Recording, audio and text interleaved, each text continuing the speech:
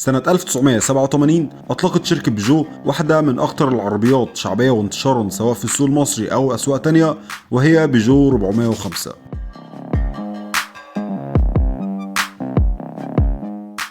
بيجو 405 واللي استمر انتاجها في فرنسا لسنة 97 واستمر في مصر لسنة 2003، وده كان نتيجة للشعبية والطلب اللي زاد عليها في مصر.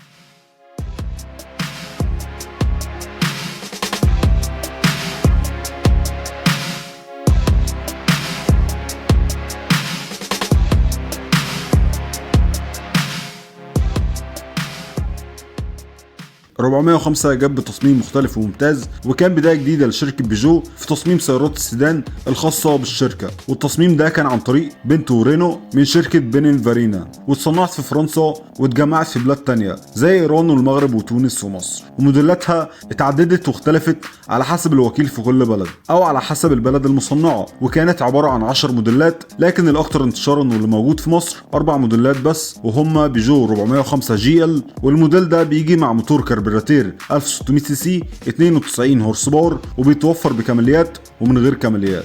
تاني موديل بيجو 405 اس ار، وبيجي بموتور هاف انجكشن بقوة 1800 سي سي 108 هورس باور، وده بيجي بكل الكماليات. تالت موديل بيجو 405 برستيج، وبيجي مع موتور انجكشن 2000 سي سي 128 هورس باور، وده بينزل بكل الكماليات، باور وفتحة سقف وسنتر لوك وغيرهم. اما اخر موديل وده موجود في مصر لكن مش بشكل كبير، وهو بيجو ام 16، واللي بيجي بموتور انجكشن 1900 سي سي 155 هورس باور، وبينزل بكل الكماليات.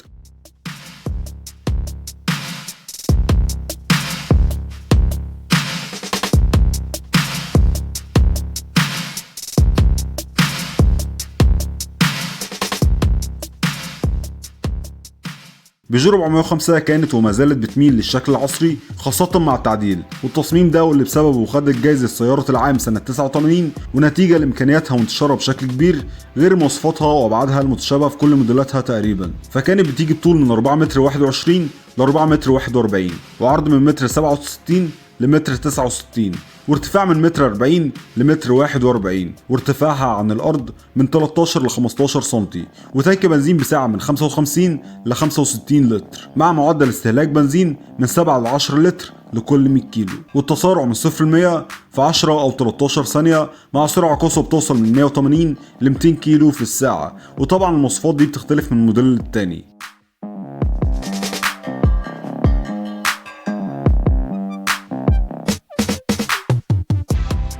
بيجو 405 واحدة من أشهر العربيات في السوق المحلي والسوق العالمي، حتى هتلاقيها معلمة معانا كمصريين، وده لأنها استخدمت لفترة كبيرة جدا كعربية أساسية للشرطة في وزارة الداخلية، وبسبب شهرتها وشعبيتها حققت مبيعات كبيرة جدا في مصر، واللي بسبب الطلب الكبير عليها استمر إنتاجها زي ما قلت لك لسنة 2003. والطلب الكبير كان بيجي نتيجة للمميزات في العربية، أولها الاعتمادية. في 405 خاصة التصنيع الفرنسي بتتميز بشكل كبير جدا في الاعتمادية، وده بسبب كفاءة الموتور والأجزاء الميكانيكية، وركز هنا أنا بتكلم عن التصنيع الفرنسي.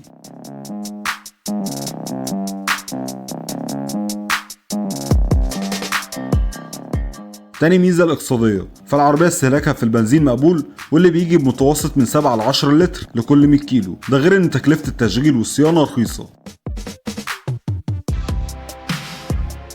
تالت ميزة قطع غيارها متوفرة بشكل كبير جدا وسعرها رخيص. رابع ميزة مساحتها الداخلية ومساحات التخزين، اللي بسبب اتساعها تعتبر مناسبة جدا انها تكون عربية عائلية او حتى للشغل. خامس ميزة تصميمها عصري ومقبول جدا، ويميل اكتر للموديلات الحديثة، وزي ما قلت لك انه كان بداية لطفرة جديدة في موديلات بيجو لتصميم افضل زي اللي ظهر في بيجو 406. سادس ميزة سعرها مناسب الى حد ما بالمقارنة بعربيات تانية من نفس الفئة. تامن ميزة المتانة، في 405 بتتميز بشكل كبير بالمتانة وقوة الصاج، مع نظام تعليق قوي ويستحمل معاك بشكل كبير، لكن ده في حالة متابعة صيانتها من وقت للتاني. اما اخر ميزة اعادة بيعها طبعا بيكون على حسب حالتها، لكن لو حالتها كويسة في 405 اعادة بيعها ممتازة وسريعة.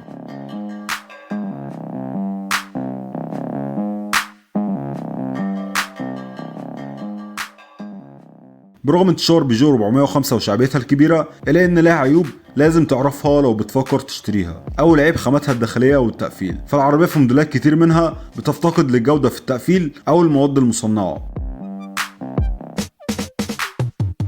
تاني عيب كهربة العربية واللي بتحتاج لصنايعي مختص عشان لو مشاكلها زادت بتأدي لأعطال تانية.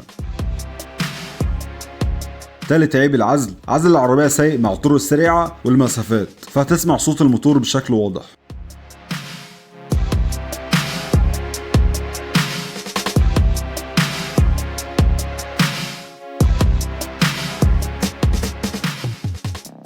بعد ما ذكرنا تفاصيل ال 405 بالكامل ونويت تشتريها، ركز بقى كويس في اللي هقولهولك ده. ال 405 برغم انها اعتماديه وقويه بشكل كبير الا ان في موديلات تستبعدها تماما من حساباتك لو فكرت تشتريها، ويستحسن تركز على الموديلات الفرنسي منها وبلاش اي موديلات تانية، وده بسبب رداءة التصنيع او التقفيل. فعندك مثلا البيجو 405 المصري صوت الموتور اعلى ونفس النظام في استهلاك البنزين عن الموديلات التصنيع الفرنسي، وده بسبب تعديلات حصلت على اتجاهات العربيه عشان تتحمل درجات الحراره في مصر، ونفس النظام الموديلات الايراني واللي هتلاقي فيها تعديلات تانية. عشان كده يستحسن لو هتجيب هات الفرنسي منها، وافضل موديل طبعا من رايي بيجو 405 البرستيج موتور انجكشن. ده كان فيديو بيجو 405، ما تنساش اللايك والسبسكرايب. سلام يا وحش.